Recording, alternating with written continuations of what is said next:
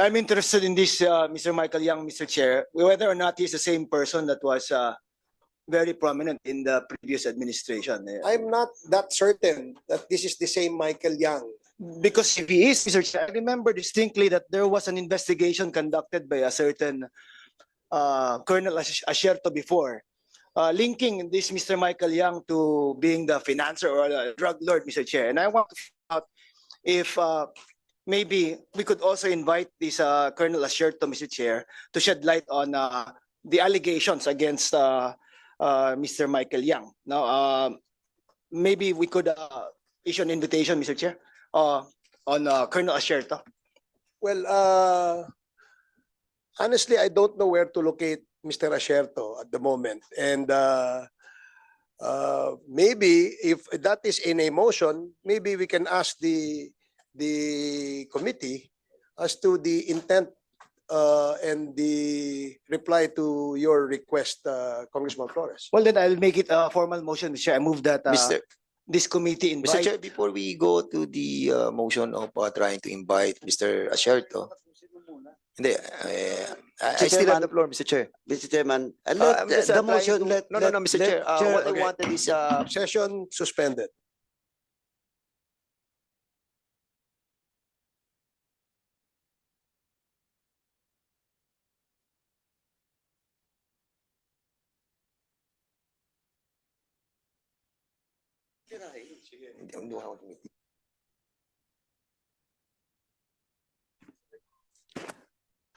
Session resumed.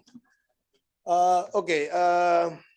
There is a motion that Colonel Asierto be I invited. think it's Eduardo Asierto, Mr. Chair. Colonel Eduardo Yes, sir. Asierto be invited into the next scheduled committee hearing and subsequent hearings thereafter. Duly seconded, and hearing no objection, the motion is carried. Comsec, please take note that invitation to be sent to Colonel Eduardo Asierto, Mr. Chair. Asierto in our next committee hearing. Thank you, Mr. Chair. Thank you, Congressman Flores. Yes, Mr. Congressman, Chairman, a Fernandez. while ago while you were delivering your opening statement, I heard that Mr. Michael Yang is not around right now. May we know the reason that was given by Mr. Michael Yang why he was able to make on this important hearing that we are conducting today? Thank you, Congressman Fernandez. He is not present at the moment, but he is represented by his counsel, Attorney Raymond Fortun. Perhaps he knows the reason why Mr. Michael Yang was not able to attend in this committee hearing. Can you share that information with the committee, Attorney Fortun? Yes, Mr. Mr. Chair, may we allow? Go ahead. Before Attorney Fortun will answer the query of the chairman, he has not yet taken his oath. Okay.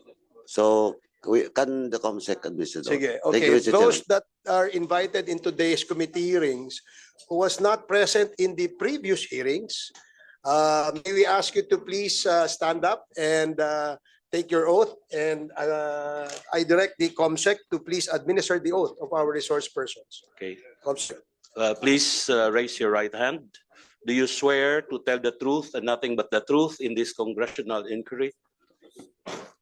Thank you. Only yes. Okay.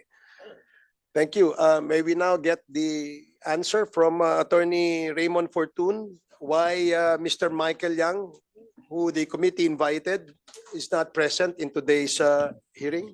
Morning, Mr. Chairman. Good morning, members of the Committee on Dangerous Drugs. Mr. Michael Yang could not attend today's hearing because he had left for Dubai last May 12, 2024. He has been in and out of the country for 8 times for the past 7 months. He is a businessman, sir. Okay. Thank you for that information. If Mr. I may Chair. just interject additional question. Okay. Did Mr. Michael Yang engage your services as his counsel? We are external counsel, Mr. Chairman. We are only given certain cases to handle depending on the need, Mr. Chairman. So in this particular case where the reason why we invited him to come and join this committee hearing, were you engage for that particular purpose? Actually, no, not specifically. It's just that the committee had sent this council a letter invitation through our law office to Mr. Young. So just out of respect for the committee, this council, yours truly appeared. Well, thank you, So Attorney Fortun, for respecting this committee.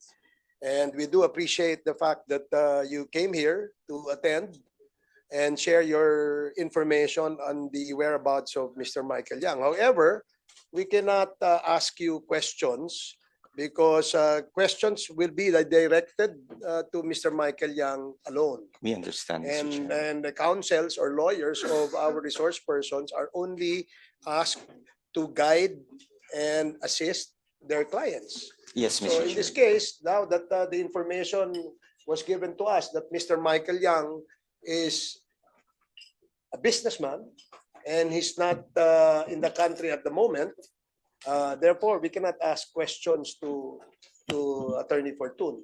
Yes, Congressman Mr. Chairman, I Fernandez. think there are certain issues that Attorney Pertun can answer us. But unfortunately, the majority of questions that we will be asking the Mr. Michael Yang will not be will not be properly answered by his lawyer, and thereby, Mr. Chairman, considering that the reason that was mentioned by Attorney Fortun was that he is a busy businessman is not acceptable. And that's the reason why I think, Mr. Chairman, we need to issue a subpoena to this resource person for him to appear on the next hearing. Okay. No, show cause order because they have the reason already. Okay. Because he's a businessman and he's so busy. But I think, Mr. Chairman, it is not acceptable for us to issue a show cause order because the good attorney Fortun have already said that the reason why he's not here because every now and then he travels. And considering that the Mr. Michael Yang is a so to speak a busy businessman, in the next hearing, if we invite him, again without issuing a subpoena, then most likely he will not again appear on this hearing. So that's the reason why I move that we issue a subpoena. Mr. Chairman, Yes, before I rule on that motion, yes, is this related to Yeah, the yeah, motion yeah. of Congressman Fernandez? Mr. Chairman, Yes. I just like want to clear to Attorney Fortun. Sabi mo kasi you're the external lawyer. You're ang law office nyo, di ba? Yes, that's So correct, you Mr. have, Chairman. of course, we really appreciate your presence in today's hearing because the invitation was addressed to your office for Mr. Michael Yang. But may I know, do you have directly an authority to Mr. Yang to attend this hearing with regards to the issues being tackled in this committee? Not directly from him, but from the in-house counsel, Attorney Alex Ramos. Mr. Chairman, so Attorney Fortun, I've said that not directly the authority from Mr. Michael Yang, but through the internal council. So in short, Mr. Chairman, in this committee, we need documents. And without authority, written authority from Michael Yang to Attorney Fortun, hindi po pwedeng sabihin natin na the reason why Mr. Yang is not present in today's hearing is valid because of the statement coming from Attorney Fortun. Because he cannot produce even a document that giving Michael Yang giving him the authority. Mr. Chair. That's why, Mr. Chair, I think just process check. It's just proper so that we will not be accused of violating due process. We should issue, before issuing subpoena, we should issue first a show cause order to Mr. Michael Yang. That's my personal position, Mr. Chairman, with regards to the internal rules of this committee inquiry in the aid of legislation. I think, Mr. Chairman, So- issuing a show cause order prior to the issuance of subpoena is not really written on the provision of our rules. There is no provision in the rules that we should first issue a show cause order prior to the issuance of subpoena. Okay, And that's the reason why what I want, what this representation wanted is to expedite all the hearings that we are conducting. Subpoena na po issue natin because hindi lang naman tong ang issue na pinag-uusapan dito eh. Ang dami-dami natin pinag-uusapan and we are wasting our time on issuing this show cause order. Directly mag-issue na po tayo ng subpoena, Mr. Chairman. Mr. With all Chairman. due respect with my friend, with Mr. the Mr. Chairman. Congressman Paduano. Mr. Chairman. Okay.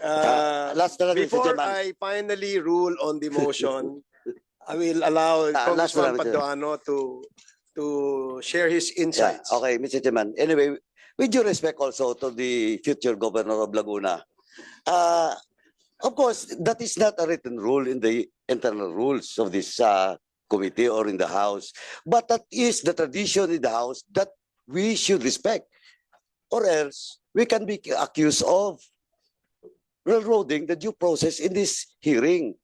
I just want to make it safe to this committee, Mr. Chairman. Yeah. What is a show cause order? Then the next time we'll issue a subpoena, and I hope Mr. Yang will directly answer the reason or explain the reason why he is not present in today's hearing. Because as I've said, wala pong written authority si Attorney Fortune. Thank you, Mr. Mr. Chairman. Chairman, giving the choice of trying to choose between the rules that we adopted and the traditional that we are practicing, I think I will go with the traditional ba? Mr. Chair. Will go with the rules of Okay. our of Okay, our, listening to Congress. the ideas of both Congressman Paduano and Congressman Fernandez on the issue whether we will accept the excuse of Mr. Michael Yang for not attending today's hearing, I will now lay it on the table so that we can decide as a committee on the motion. However, my point of view is that a subpoena in the committee in conducting investigations in aid of legislation has similar effect as that of a show cause order. We are not a court of law. Tayo ay hindi korte. So we only use and apply rules that has the same effect. No? Now, I'd like to lay it on the table by specifying or stating that when the committee invited Mr. Michael Yang to shed light on his web of corporations involved in Empire 999 with interlocking incorporators, he sent, I suppose you were sent personally by Mr. Michael Yang. Am I correct, Attorney Fortune? That is correct, sir. A lawyer who appears especially before a committee is presumed under the law to have the authority, Mr. Chairman. Okay. So now, Mr. Chair, Mr. do Chair. the Mr. Chair. good Mr. Chair. Do allow the the chair to Mr. finish Chair. first. Okay. With your indulgence, Congressman Acop, allow me to wrap up what I was about to say. So in this case, since the issue at hand is whether the committee will accept the reason of Mr. Michael Yang for failing to appear before this committee or not, diba? That is the main issue. Because if he fails to attend in the first invitation, then it is now the option of the committee to issue subpoena - show cause order, so that we will make sure that he will attend in the subsequent hearings of the committee on the same subject matter. Congressman Acop? Thank you, Mr. Chair. The Honorable Paduano and the Honorable Fernandez are chairmen of committees. And as is practiced in this House, before a subpoena is issued, we issue first a show cause order. That has been practiced in this House, Mr. Chair.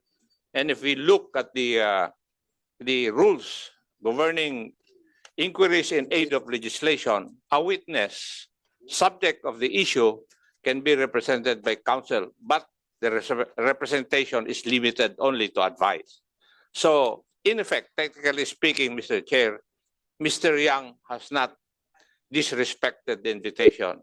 As a matter of fact, he sent his official representative, Attorney Fortune, and when a lawyer attends hearings, both administrative and criminal, or what, at stake is his oath of office as a lawyer. So, Mr. Chair, I agree that if there's an issue insofar as either we issue a show cause order or a subpoena, then let's ask the committee, the members of the committee to decide. Mr. Chair, thank Mr. you. Chair, in addition, Thank you, Congressman Akop. But before I allow Yeah. you to speak, let me acknowledge first the presence, the very vital, very important presence of our members. Our Vice Chair, Congressman Arnie Fentebella, Congressman Bonifacio Bosita, and Congressman Maximo Dalog is also present in this committee hearing. Yes, may we Congressman ask the good Fernandez. lawyer of, supposed lawyer of Michael Yang to give us the written authority that was issued by Mr. Michael Yang. Can we have the written authority? Mr. Chairman, I do not have a written authority, but under the rules of court, May, a lawyer is presumed to have the authority unless it is proven otherwise. in that case, Mr. Chairman, since we are not a court of law, what we're trying to investigate here is in relation to the laws that have to be amended. I believe, Mr. Chairman, that the reason that was mentioned by Attorney Pertun holds no authority on us, and that's the reason why I think the issuance of subpoena is really valid, Mr. Chairman. As if Attorney Raymond Pertun does not exist in this committee hearing because there was no authority that was given to him. And that is my point of view, Mr. Chairman. Okay, thank you, Mr. Chair, Congressman Fernandez. Yes, Congressman Akop. a witness can be represented by his lawyer of choice, but a witness can also be represented by anybody of his choice. I just do not know whether Attorney Raymond Fortun is appearing as a representative of Mr. Michael Yang or as a lawyer of Mr. Michael Yang. Those are two different things, Mr. Chairman. Thank you, Congressman Akop. Yeah, I agree. Perhaps it would be easier for the committee to ask the counsel of Mr. Michael Yang whether there is do you have a copy of the engagement of Mr. Michael Yang with your law firm, Attorney Fortun? Not for this hearing, Mr. Chairman. But you do, sure, certainly have a copy of that in your, perhaps in your law office. Yes, Mr. Chairman, with regard to all the cases that we are assigned to handle. That's correct, Mr. Chairman. Okay, can we ask Attorney Fortun to provide the committee a copy of the engagement or contract between Michael Yang and your law firm? Yes, Mr. Chairman, we'll do that by this afternoon. Thank you, Thank Mr. you very Chairman. much, Attorney Fortun. Yes, Congressman Flores, we have a. No more, Mr. Chair. Okay, so now that the issue is on the table, whether we will issue a subpoena cum show cause order or show cause order cum subpoena is now on the table. So the chair would like to get the Mr. Chair, there are two different repercussions on issuing a show cause order and a subpoena. If we issue a subpoena upon arrival ni Mr. Michael Yang sa airport, he can be arrested. The show cause order entails no kind of penalty. And this representation does not want to be so hard on Mr. Michael Yang. But if the lawyer of the supposed lawyer of Michael Yang will give us the written letter or agreement for him to appear on this committee, then most likely, Mr. Chairman, let's wait for Attorney Fortun to secure that documents. While we are waiting, no, we can discuss other things first, Mr. Chairman. I think I have to move that my motion be tackled in a better time. Let's give a time for Mr. Fortun to secure the documents first. Does that mean that Congressman Dan Fernandez is withdrawing his motion? I'm not withdrawing, Mr. Chairman. I'm just trying to tell this hearing to differ in a while Mr. Chair. Attorney Fortun is waiting for the documents that will be coming from Mr. Michael Yang. Mr. Chair, Okay, yes, Congressman Ako.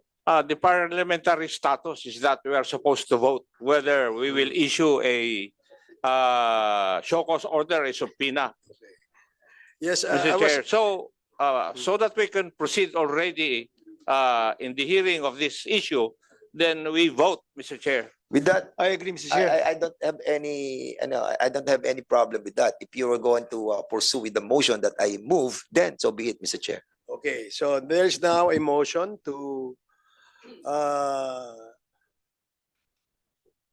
1 minute suspension. Mr. Chair, The parliamentary status of the committee hearing is that a question whether a show cause order or a subpoena be issued to Mr. Michael Yang for failing to attend in our committee hearing today. So para clear lang po.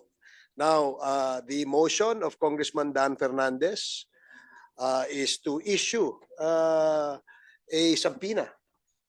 And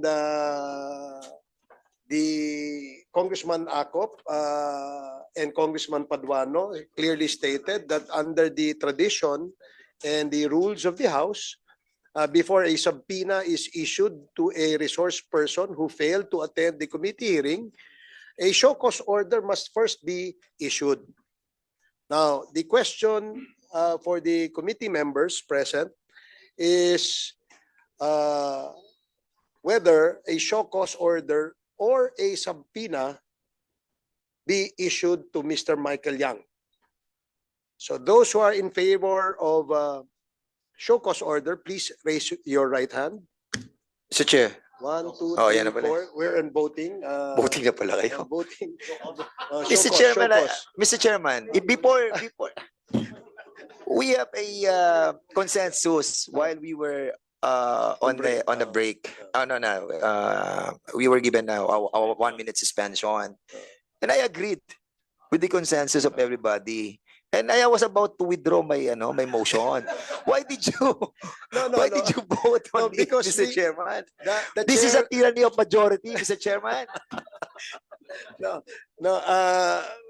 Congressman Fernandez, the chair has to rule on the motion that you have set forward. And because there is a question, then the committee is bound to rule on this Yeah. question. However, it seems that the committee members present has already given their vote on whether a show cause order or a subpoena will be issued. The show cause order has 1, 2, 3, 4, 5, 6, 6 members present Against one. who stated that a show cause order must first be issued before a subpoena. Okay, with a heavy heart, Mr. Chairman, I accept the decision. Thank you, Congressman Dan Fernandez. Now we proceed with the Mr. Chairman, with Mr. Chairman. Chairman. inquiry proper. Yes, Congressman Paduano. before we proceed with the inquiry proper, Mr. Chairman, since Attorney Fortun has stated that Mr. Michael Yang has traveled 8 times this year. This year ba, Attorney Fortun?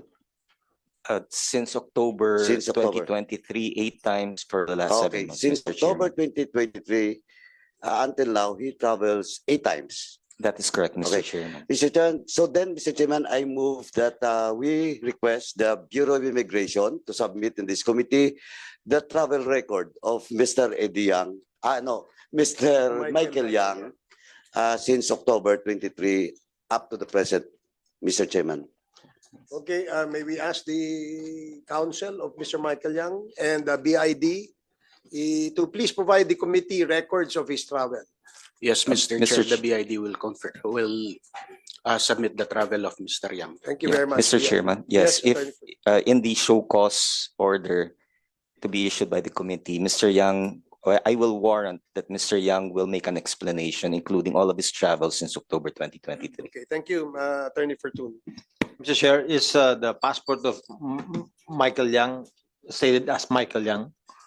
Or is he using a different passport name? Mr. Chairman, he uses Michael Yang Hong Ming. So just to make sure, so we are clear about the full name.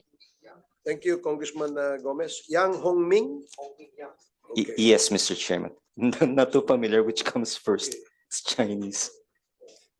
Does he possess a Filipino passport? No, Mr. Chairman, he's Chinese. Okay, he's Chinese. Yes, Mr. Chairman, definitely one. Thank you. Now, the chair made clear earlier in my opening statements that the issue of Mr. Willie Ong as the registered owner of Empire 999 who was involved in a 3 billion shabu drug haul in his own warehouse somehow has links with other corporation because of the interlocking incorporators, which somehow link to a certain Mr. Michael Yang and Mr. Lincoln Ong. As clearly stated by Congressman Keith Flores earlier, he wished to invite Colonel Asierto in this committee hearing because allegedly Colonel Asierto, yes, can you?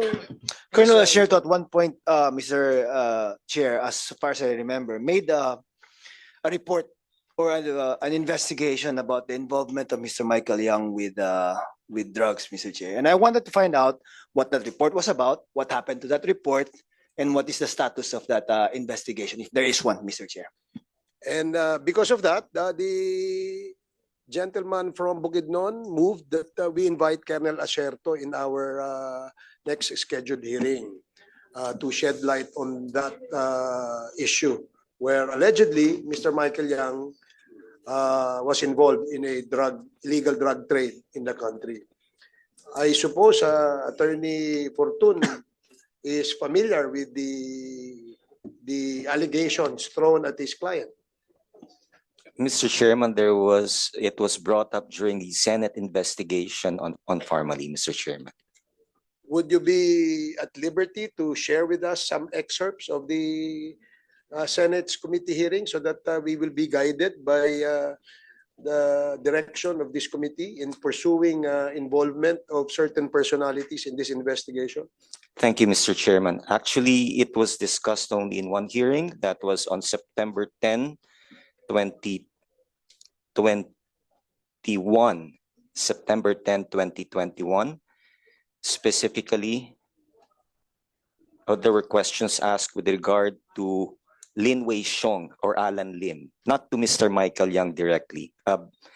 The discussion was not with regard to the charges of Colonel Asierto on Michael Yang, but one where the name of an Alan Lim was mentioned, Mr. Chairman. That was on the hearing September 10, 2021, Mr. Chairman. Okay, thank you for that information. That's very vital, Attorney Fortune, for the reason that the allegations against him has not been concluded at the moment. That is correct, Mr. Chairman. There was no conclusion to it. And because of the motion by Congressman Keith Flores, so that it would provide better understanding of the committee as to the involvement of certain personalities, including Mr. Michael Yang, in the Empire 999 3 billion shabu discovery, we would certainly have him or wanted him to shed light on this particular issue. If I were Mr. Michael Yang, I would actually welcome any investigation conducted by the committees in order to clear his name, Mr. Chairman. Okay, thank you, Attorney Fortune, for that answer. And hopefully your client shares the same agreement with the committee. I'm sure he does, Mr. Chairman. Mr. Chair, Thank you. Yes, Congressman. in the discussions, we've invited Mr. Asierto, Mr. William Ong, no, Willie Ong and Mike. Wilong, yeah. Can we, during the discussion, the name of Mr. Arturo Las Cañas came up also. Would it be possible to invite Mr. Arturo Las Cañas just to complete the whole picture and to in case there are discussions and he's needed for this one, may we invite him, Mr. Chair? Okay, is that in a motion? Yes, Mr. Chair, I'd like to move that we invite Arturo Las Cañas in the next committee meeting, Mr. Chair. Okay, there's a motion to invite as well. What's his first name? Arturo Las Cañas. Mr. Arturo Las Cañas. Yes, Mr. Chair. Before we move on, we address the motion of the good gentleman from Ormoc. Is that the one mentioned in the Senate hearing years, Kasama sa discussion yun. years ago? Are they still alive? Alive? We will find Hindi, out. Because kanina, I'm just wondering ko po. So you're wondering if they're still alive? Hindi, kasi kanina, We will I check was with the thinking local of- registry of actually, I deeds. really don't know yung si Asierto.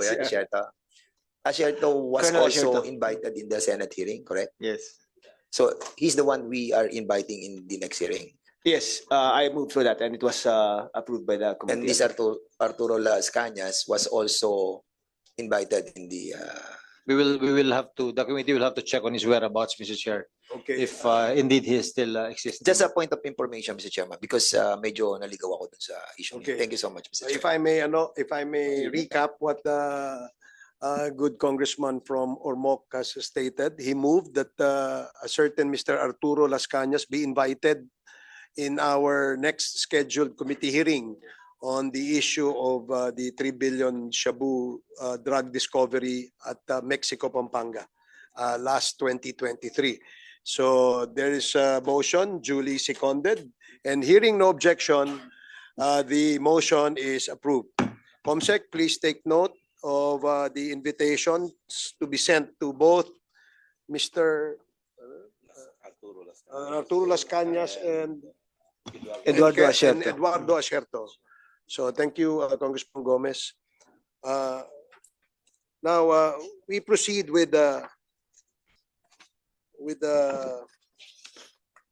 Mr. Chairman. Yep. Okay, If there are if there aren't any other questions other for my presence, if I may be allowed to take my leave.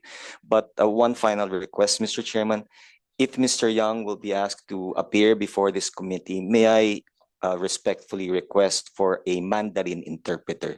Okay. Mr. Young, Mr. Chairman, really has difficulty understanding English as well as Filipino, and he just could not express himself very well unless through an interpreter, Mr. Chairman. That's noted, Attorney. Thank you so much, Fortun. Mr. Chairman. And we ask the Comsec to please make sure that there will be a Mandarin Yes, interpreter. Mr. Chairman.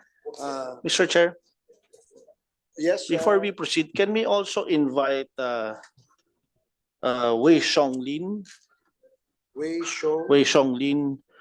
who is I think the husband of Rose Nono Lin, who's also a director in Paili Holdings Corporation, Fullwind Groups of Company, Golden Sun 999 Realty and Development Corporation. Okay, in his capacity as one of the incorporators of the Empire 999. Yes, I think this is interlocked with the other companies, Okay, just to shed light. okay. Because in Paili Holdings Corporation, Wei Xiong Lin is one of the companies or incorporators also is Mr. Michael Young. Okay. Just to shed light on this matter, Okay. Mr. Chair. There is a motion to invite Mr. Wei Xiong Lin in the next scheduled hearing of the Committee on Dangerous Drugs, duly seconded, and hearing no objection, the motion is approved. Mr. Chair. Comsec, Mr. Chair. please take note of another personality to be invited, and since Attorney Fortun asks for an excuse in this committee hearing, you are not. We leave, Mr. Chair. Excuse Ay- muna natin. Yeah, meron lang akong may query lang ako If you have kay. questions, Yes, isa to lang. Attorney Fortun. Because I think we have invited also Mr. Lincoln Uyong. We have invited Lincoln Ong sa Parmali. Yes, Yes, we invited him, right? yes, we did, because all of the incorporators of the companies or corporations mentioned were sent invitations. And there was a time that Mr. Lincoln Uyong was the interpreter of Michael Yang. Is that accurate? Maybe Attorney Fortun will be able to. Mr. Attorney Fortun, yung si Lincoln Uyong, which we have invited here in the hearing, was the interpreter of Michael Yang, correct? That is correct, Mr. Chairman. I hope that you will not get him as the interpreter of Mr. Michael Yang. They are no longer connected, Mr. Chairman. Okay. And I think that I think it would be better that the honorable committee will Yes. hire its own interpreter so that there will be. The point that I wanted. Nagdulot naman ito ng iba't ibang reaksyon mula sa ating mga netizens. Ayon kay Atwoli Royola, right-hand man ni Duterte si Yang, economic manager niya during the Senate hearing ng Parmali. Saad naman ni Ricky Alfaro, tama ang ginawa mo Kong Paduano, immigration talaga, kung totoong lumabas siya o baka dyan lang siya. Komento naman ni Erwin Moreno 6877. Curado next hearing di pa rin maka-attend yan, aksaya kayo sa kaban ng bayan. Anong sa inyo dito mga kabayan? Maaaring magbigay ng comment below.